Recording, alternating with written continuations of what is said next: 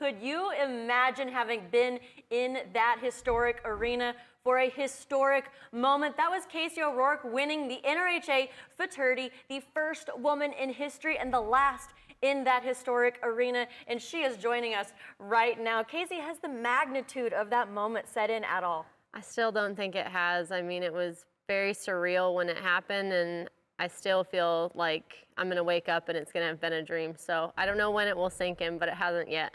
Kaci, I want to know this. I mean, as you look down at that list of not only the guys that made the finals with you, but that were right up there close to you. I mean, Casey Deary, NRHA Fraternity Champion, Andrea Fapani. I mean, the list goes on, and you beat every one of them. You're number one. Did you ever think that was a chance for you? I mean, certainly, yeah, you think it's a chance, but I definitely didn't expect it, especially this soon in my career. Those are, you know, guys that I've looked up to my whole, you know, time reigning. And, you know, I worked for Casey when he won the fraternity on She's Out of Your League. And so, you know, those were incredible moments to be a part of. I just didn't expect to have my own this soon. You know, you picked out Tiago as a yearling. He has already had such an incredibly successful career, and I mean, this one is completely groundbreaking and life-changing for you. Tell me the story about this horse.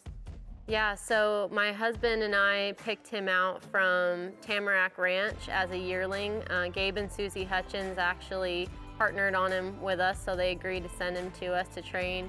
You know, Jack spent a lot of time with him as a 2-year-old, just really making sure that he had the right foundation on.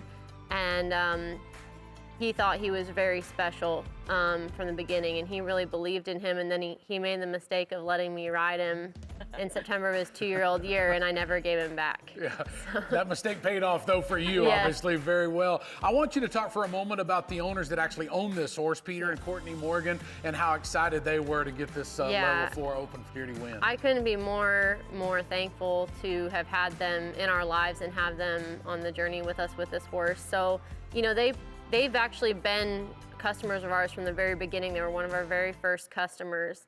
They usually only had mares. They have a really good breeding program in Ocala, Florida, and they've never, at least with us, they've never had a stud. And we came to them about October of his 2-year-old year, and we just said, hey, you know, I think he's really special. I think he's, you know, the best 2-year-old that we've had. Would you guys buy him? You know, we need to keep him and show him. We felt it was really important that we got the opportunity with him. And they agreed, and they've just been, I mean, amazing owners, you know, through the whole journey, just so supportive and, you know, unwavering in their belief of us and that horse. And so, you know, they've been in the business for quite a long time. They're, you know, great patrons of the reining industry. They've been in it for a long time. And so to see them, you know, to see them achieve this, like to do this with them, has been incredible. Peter, you know, told me, I think on like Thanksgiving, the week of the fraternity, you know, they never put any pressure on us. They were wonderful that way. But, you know, he said, I just, you know, want to win the fraternity someday. And, you know, they believed we could do it. And so the fact that we were able to is just a great thing to experience with them. Absolutely. You know, watching these clips back of this incredible and historic run right here, I mean, you said you already knew that he was special, but as you stepped off of him that night, you hadn't even heard your score yet, but you knew it was good. What was going through your mind? Oh gosh, I mean, you know, when I ran in, it was so loud. Both of us were very calm. I mean, I think we had a feeling going in, or at least I did, that, you know, we had done everything we needed to do to prepare him. You know, we were there, it was gonna be what it was, but I just felt like he was there.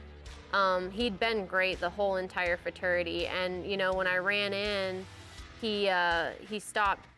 It felt like a really long ways, and when I backed up, I remember thinking like, wow, you know, wow, do we really stop that far? And then it was so loud in there, really, I couldn't believe that he was paying attention to me and not everything else going around, but he couldn't have been more hooked with me. When I finished the run, I looked up at, you know, my team and my husband, and they were going crazy, and I got off. I knew it was good. And I saw people started to stand up, and I was looking around like, is this really happening? Like, I just can't believe this is really happening. And then I knew there was a tough score on the board to beat and a really good run that had already gone.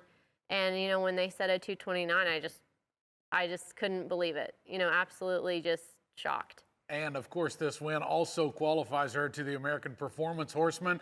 So that's a huge step for you as well. Congratulations on this huge win, and congratulations, I got to say too, being the first female ever to win the Level 4 Open at the NRHA Futurity. Congratulations. Thank you so much.